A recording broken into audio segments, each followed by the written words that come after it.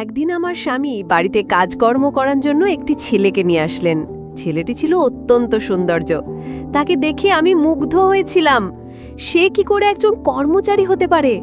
আমার মনে হয়েছিল সে বড়লোক ঘরের সন্তান। সে কি করে জুতো পালিশ করে? আমার স্বামী তাকে আমাদের বাড়ির কাজকর্ম করার জন্য নিয়ে আসলেন। কিন্তু একদিন আমার স্বামী শহরে একটা বড় কাজে চলে গেলেন। তখন বাড়িতে আমি আর ওই কর্মচারী শিবু ছিলাম। কিন্তু সেদিন তো বন্ধুরা, বাকিটা তোমাদের বলছি। তার আগে তোমাদের একটা কথা বলি, রাগ করবে না কিন্তু। তোমরা এই ভিডিওতে একটি লাইক দিয়ে এবং চ্যানেলটি সাবস্ক্রাইব করে পাশে থাকবে। এবার আসল ঘটনাটি শুরু করি। আমার নাম ঐশী, স্বামী রাজেশ আর আমি, এই নিয়েই আমাদের ছোট্ট সংসার। রাজেশ একটি প্রাইভেট কোম্পানিতে উচ্চ পদে চাকরি করে, আর আমি বাড়ির সব কিছু সামলাই। ইদানিং কাজের চাপ বড্ড বেড়ে গিয়েছিল। একা হাতে সবটা সামলে উঠতে পারছিলাম না। রাজেশকে অনেকদিন ধরেই বলছিলাম একজন সাহায্যকারী রাখার জন্য। অবশেষে একদিন সন্ধ্যায় রাজেশ বাড়ি ফেরার সময় সাথে করে একটি ছেলেকে নিয়ে এলো। রাজেশ বলল, ঐশী, তোমার জন্য একজন সাহায্যকারী নিয়ে এসেছি। আজ থেকে ও আমাদের বাড়িতেই থাকবে। আমি ছেলেটির দিকে তাকালাম। বয়স 22-23 হবে। শ্যামলা গায়ের রং, কিন্তু চেহারায় একটা অদ্ভুত সারল্য আর আভিজাত্যের ছাপ। ময়লা শার্ট আর প্যান্ট পরা থাকলেও তাকে কোনোভাবেই বাড়ির কাজের লোক বলে মনে হচ্ছিল না। আমি অবাক হয়ে রাজেশকে জিজ্ঞেস করলাম, ওকে কোথায় পেলে তুমি? দেখে তো মনে হচ্ছে ভালো ঘরের ছেলে। রাজেশ এসে বলল, ওকে আমি রাস্তার মোড়েই জুতো পালিশ করতে দেখেছিলাম। প্রচণ্ড রোদের মধ্যে ঘামতে ঘামতে ও কাজ করছিল, কিন্তু ওর চোখে মুখে একটা সততার ছাপ ছিল। আমার খুব মায়া হলো। কথা বলে জানলাম ওর থাকার কোনো জায়গা নেই। তাই আমি ওকে বললাম, জুতো পালিশ করে যা রোজগার করো তার 3 গুণ টাকা আমি মাইনে দেব। তুমি আমাদের বাড়িতে কাজ করবে? ও এক কথায় রাজি হয়ে গেল। আমি ছেলেটির দিকে তাকিয়ে বললাম, তোমার নাম কি? সে নম্রভাবে মাথা নিচু করে বলল, আমার নাম শিবু। তার বিনয়ী আচরণ দেখে আমার ভালো লাগলো। রাজেশ শিবু তার জন্য রাতে থাকার ঘরটি দেখিয়ে দিল। ঘরটা বাড়ির পেছনের দিকে, ছোট কিন্তু পরিষ্কার। রাজেশ তাকে বলল, তোমার যদি কোনো অসুবিধা হয় তাহলে আমাকে বা তোমার ম্যাডামকে জানাবে। রাতে খাওয়ার পর রাজেশ অফিসের কাজে ব্যস্ত হয়ে পড়ল। আমি বারান্দায় দাঁড়িয়েছিলাম।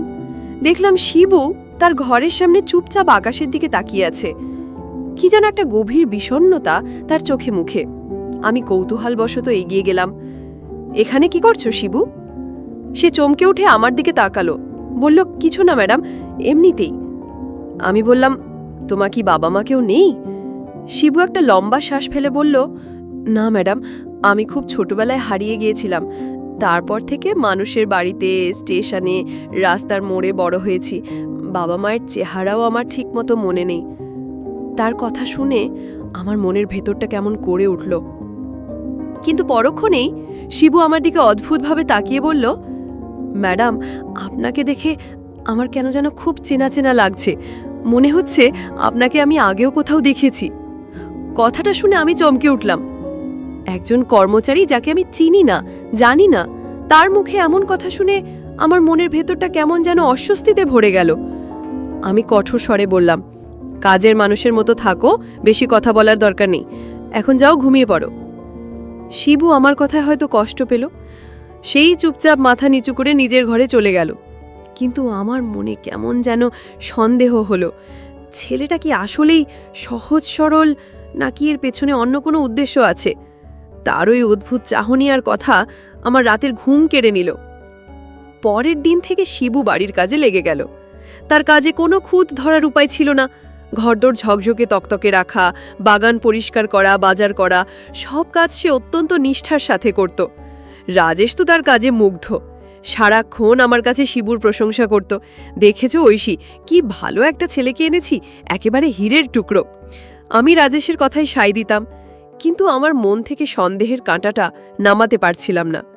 শিবু কাজে কর্মে ভালো হলেও তার কিছু কথাও অদ্ভুত ছিল।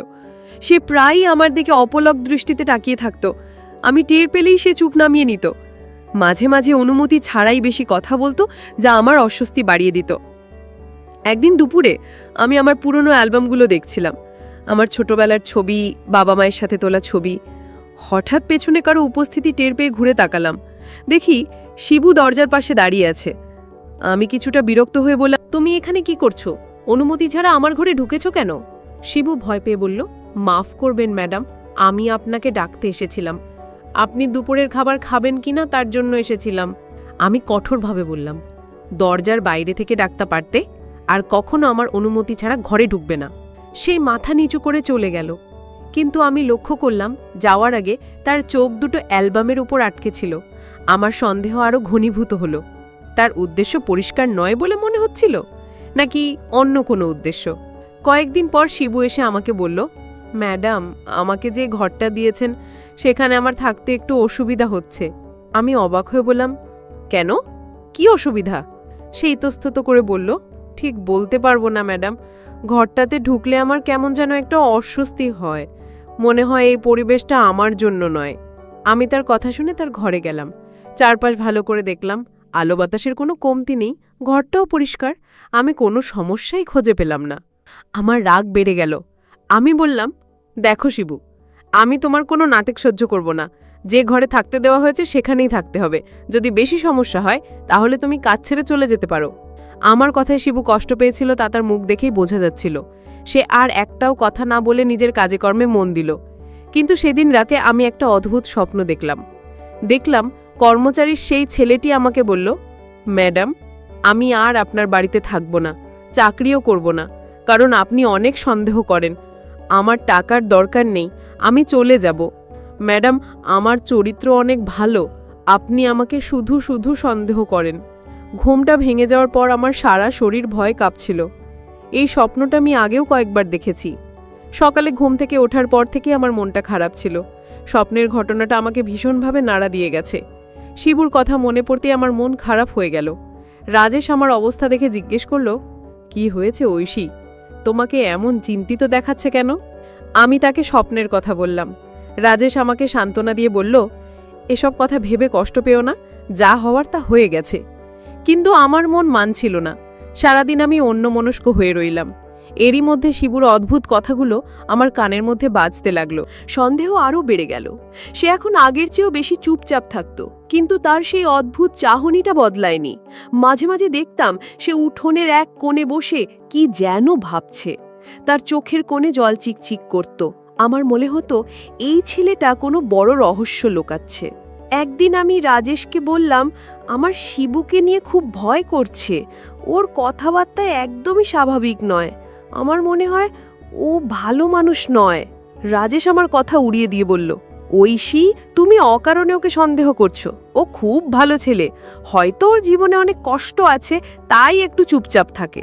তুমি ওর সাথে একটু ভালো করে কথা বলো, দেখবে সব ঠিক হয়ে যাবে। রাজেশের কথায় আমি আশ্বস্ত হতে পারলাম না। আমার মনে হলো রাজেশ বড্ড বেশি সরল, সে মানুষের রূপ দেখে বিশ্বাস করে ফেলে। আমি ঠিক করলাম শিবুর ওপর কড়া নজর রাখব। এর কয়েকদিন পরই রাজেশকে অফিসের জরুরি কাজে 3 দিনের জন্য শহরের বাইরে যেতে হলো।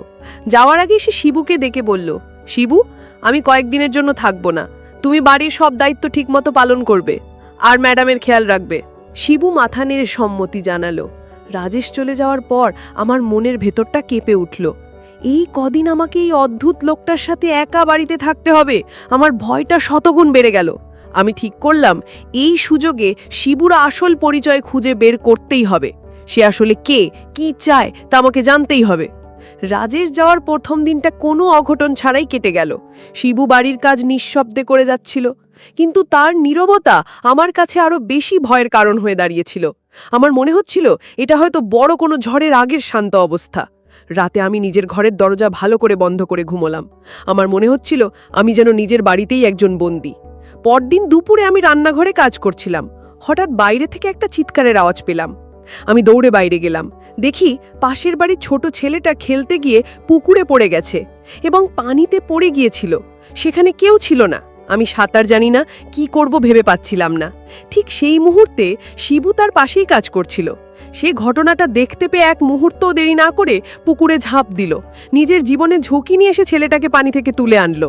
ততক্ষণে আশপাশের লোকজনও ছুটে এসেছে।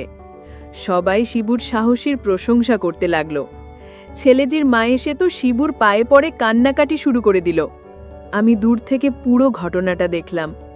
যে ছেলেটাকে আমি এতদিন ধরে সন্দেহ করে এসেছি, সে আজ একটা বাচ্চার জীবন বাঁচালো। আমার মনের ভেতরের বিশ্বাসের দেওয়ালটা প্রথমবারের মতো নড়ে উঠল। একজন অসৎ বা খারাপ মানুষের পক্ষে কি এমন নিঃস্বার্থভাবে অন্যের জীবন বাঁচানো সম্ভব? আমার মনের মধ্যে একটা তুমুল দ্বন্দ্ব শুরু হলো। একদিকে আমার দীর্ঘদিনের সন্দেহ, অন্যদিকে শিবুর আজকের এই সাহসিকতা। ভালো একটি কাজ, একটি শিশুর জীবন বাঁচানো। আমি কি তাহলে সত্যিই তাকে ভুল বুঝছি? সন্ধ্যায় আমি শিবুকে ডেকে বললাম, আজ তুমি যে কাজটা করেছ তার জন্য অনেক ধন্যবাদ। শিবু মাথা নিচু করে বলল, এটা আমার কর্তব্য ছিল ম্যাডাম। তারপরেই সে আবার সেই কথাটা বলল, ম্যাডাম, আজ ওই বাচ্চা ছেলেটাকে বিপদে দেখে আমার নিজের ছোটবেলার একটা কথা মনে পড়ে গেল। আবছা আবছা মনে পড়ছে আমিও যেন ঠিক এভাবেই কোনোদিন বিপদে পড়েছিলাম, আর কেউ একজন আমাকে বাঁচানোর জন্য ছটফট করছিল। তার কথা শুনে আমার মনের ভেতরটা ধক করে উঠল। আমার সেই পুরনো স্বপ্নটার কথা মনে পড়ল, যেখানে আমি আমার ভাইকে হারিয়ে ফেলেছিলাম। কিন্তু আমি নিজেকে সামলে নিলাম। ভাবলাম এটা হয়তো কাকতালীয়। রাতে আমার ঘুম আসছিল না। শুভুকে নিয়ে আমার সব চিন্তা ওলটপালট হয়ে যাচ্ছিল। সে কি সত্যিই ভালো, নাকি ভালো মানুষের আড়ালে অন্য কোনো উদ্দেশ্য আছে? আমি ঠিক করলাম কাল সকালে আমি তার ঘরে গিয়ে তল্লাশি চালাবো। আমার মনের এই দ্বন্দ্বের অবসান হওয়া দরকার।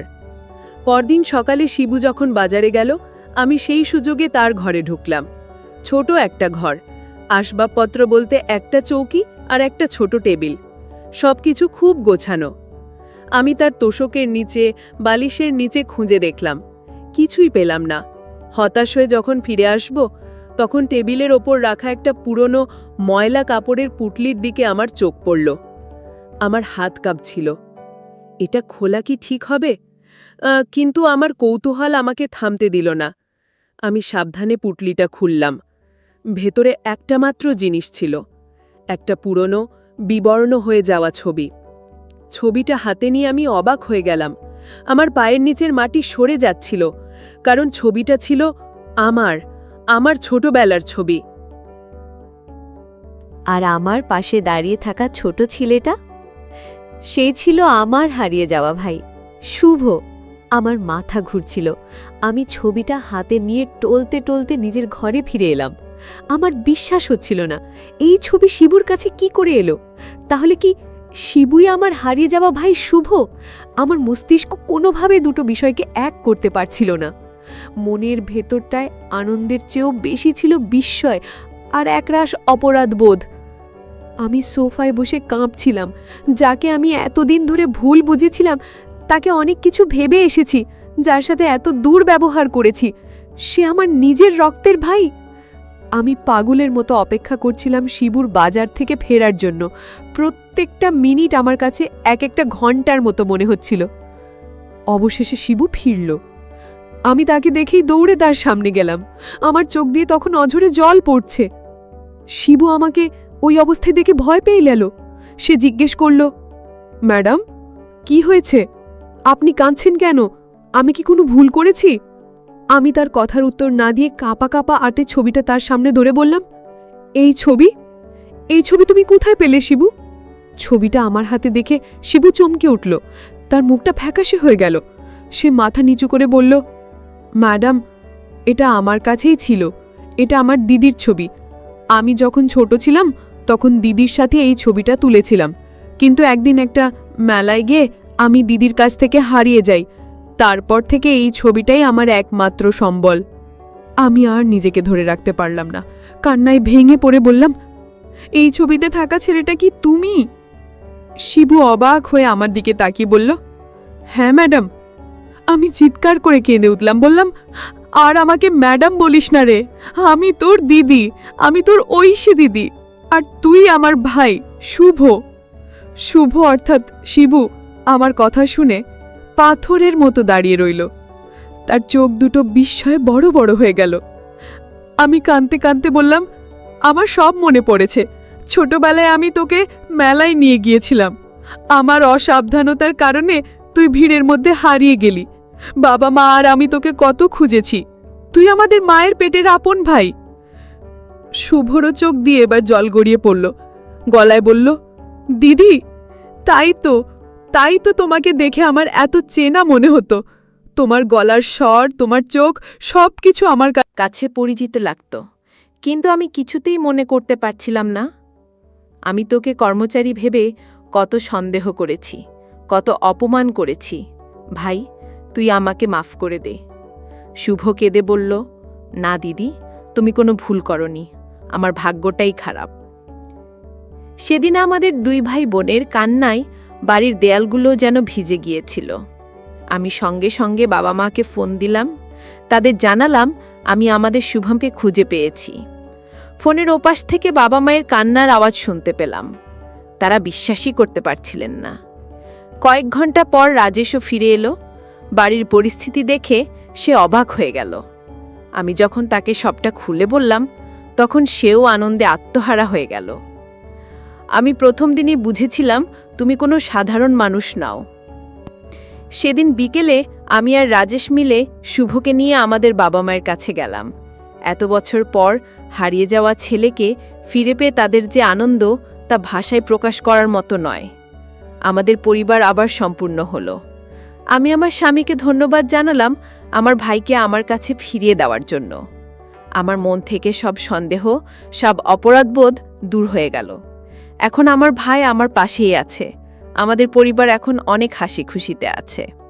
বন্ধুরা, আজকের গল্পটি কেমন লাগলো তা অবশ্যই কমেন্ট করে জানাতে ভুলবেন না।